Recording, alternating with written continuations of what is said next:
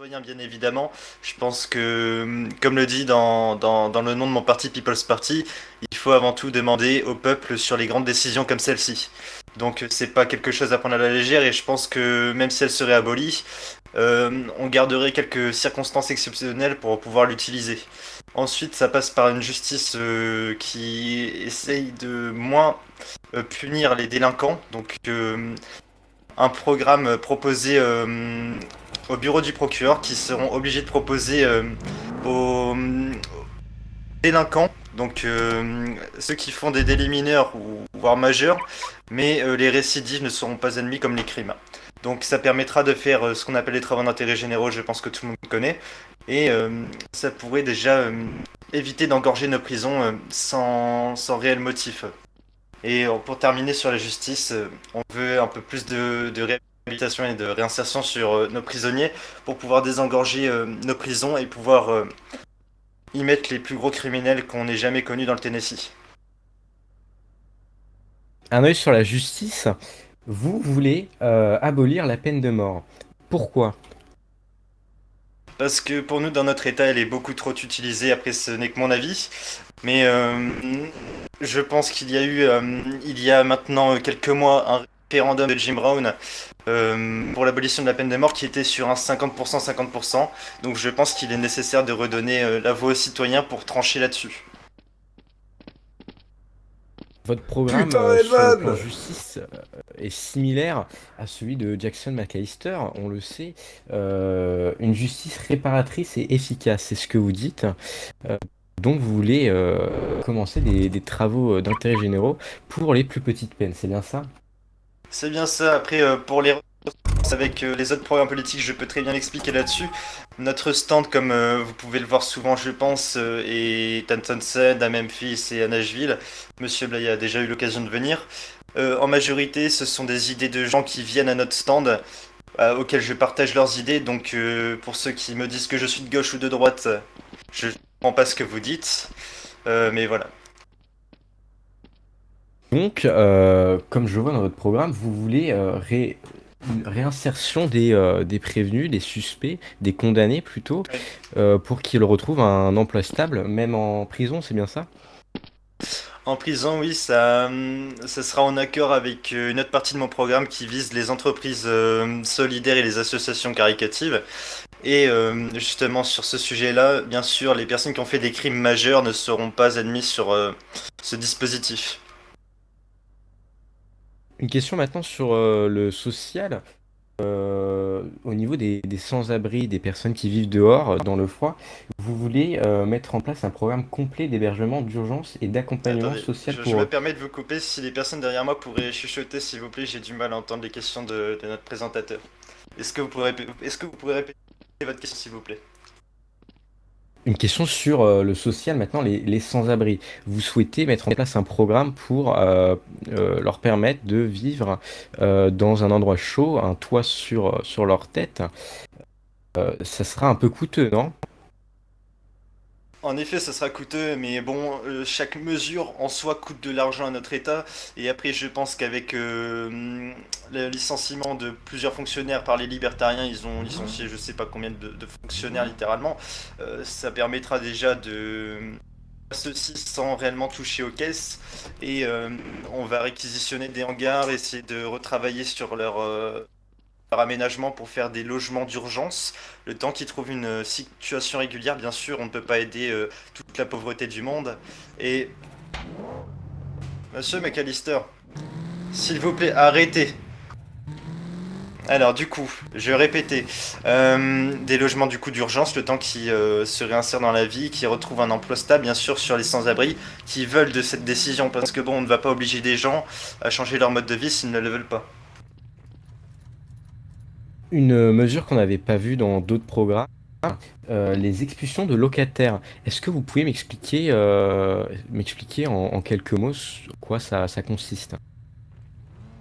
Alors bon, vous savez très bien que dans le Tennessee, il n'y a pas réellement de réglementation sur les expulsions de locataires par leurs propriétaires.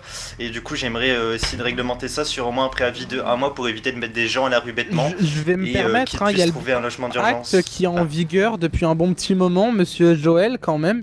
sur Alors, le excusez-moi, vous toiting. n'êtes pas invité sur le plateau, hein. Ah non, mais parce que faut Merci. remettre l'église au Ah non, mais milieu du village quand même. l'église, elle reste où elle est. Pardon, pardon. Je vous réécoute. Je vous remercie. Du coup, bien sûr, comme l'a dit Monsieur Hellman qui est intervenu sans réelle autorisation, il y a déjà actuellement une loi sur ça, mais j'aimerais la réformer pour pouvoir la peaufiner, pouvoir essayer de la retravailler parce que bon, elle n'est pas réellement appliquée dans les temps, on le sait bien, les entreprises d'architecture, les agences immobilières, ils ont beaucoup de mal. Monsieur Hellman, je vous prierai d'arrêter de venir sans cesse ici alors que vous venez d'être expulsé. C'est littéralement un manque de respect, je suis désolé de vous le dire, mais bon. Monsieur Hellman, Il y a un rôle là encore? Oui, on vous a demandé de partir, non? je crois pas, non. Oula. Monsieur, allez, oust, s'il vous plaît. Sortez.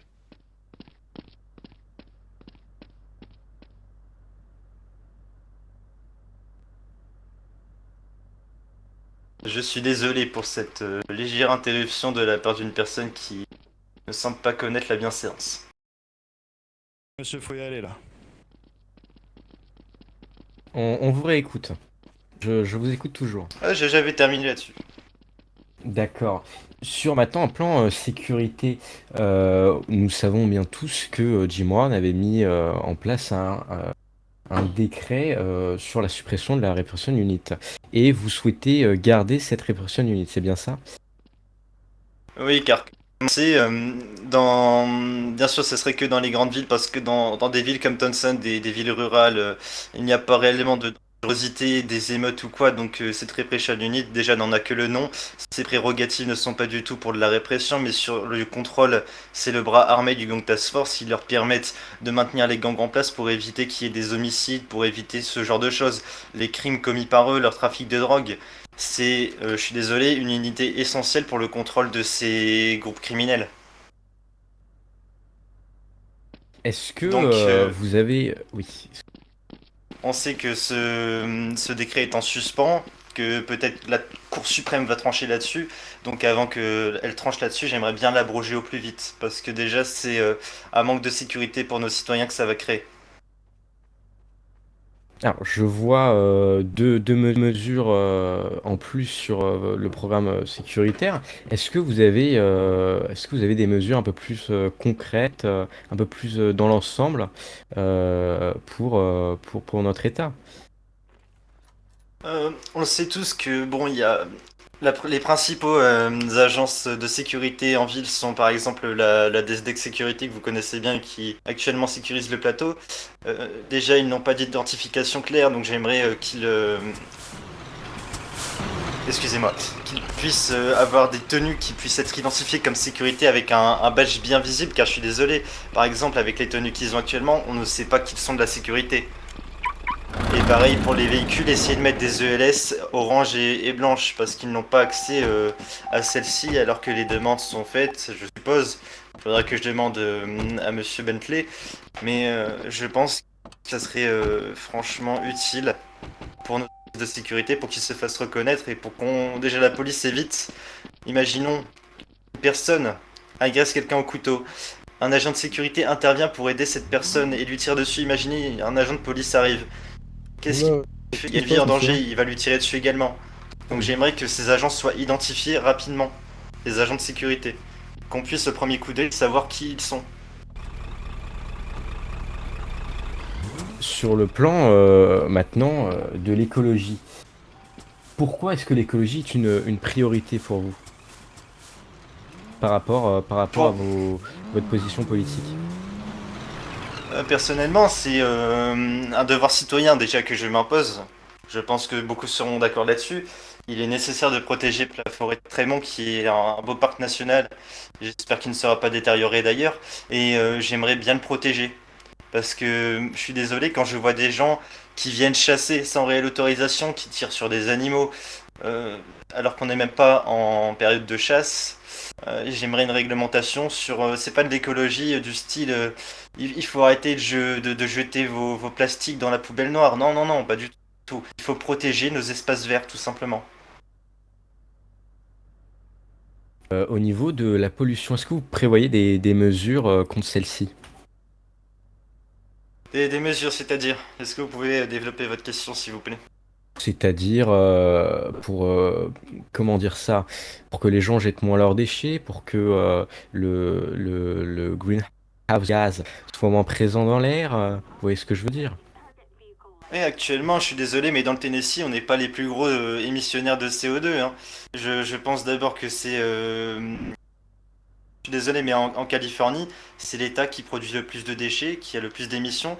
Nous, personnellement, on n'a pas de souci à se faire là-dessus, donc je ne vois pas pourquoi on devrait faire des réformes sur ça. Comment Ça est-ce serait que vous jeter de l'argent comptez, par les fenêtres. comment est-ce que vous comptez aider les agriculteurs locaux, notamment ici à Townsend? Euh, vous me posez une colle parce que j'ai pas réfléchi à cette question, mais Mhm. je ne pense pas qu'il y ait de pesticides interdits aux États-Unis. Je suis pas agriculteur, donc je suis mal placé pour connaître le sujet. Mais s'il y en a, bien sûr, les supprimer pour qu'ils aient le plus de marge de main-d'œuvre possible, enfin de marge d'action, on va dire. Pourquoi est-ce que vous voulez financer les énergies renouvelables? C'est bien ça? Pourquoi? Parce que bon, on est au 21e siècle. Vous voyez très bien qu'il y a beaucoup de Tesla qui roulent en ville, que je pense qu'il faut changer d'air. On n'est plus aux énergies fossiles, maintenant il faut passer à l'électrique. Donc tout ce qui est panneaux solaires, je parle pas des voitures, hein, mais essayer de passer sur des choses qui sont plus saines pour la planète. Donc c'est oui, c'est écologiste indirectement, mais je pense que ça serait bien. Pour ajouter des mots sur un plan de l'emploi, est-ce que vous pouvez nous expliquer ce que vous comptez faire? Alors j'aimerais créer du coup les catégories d'entreprises solidaires et d'associations solidaires également. Donc en lien avec le programme de pourront détenus majeurs et des crimes mineurs. Bien sûr, ils ne sont obligés à rien et ils auront une exonération partielle d'impôts.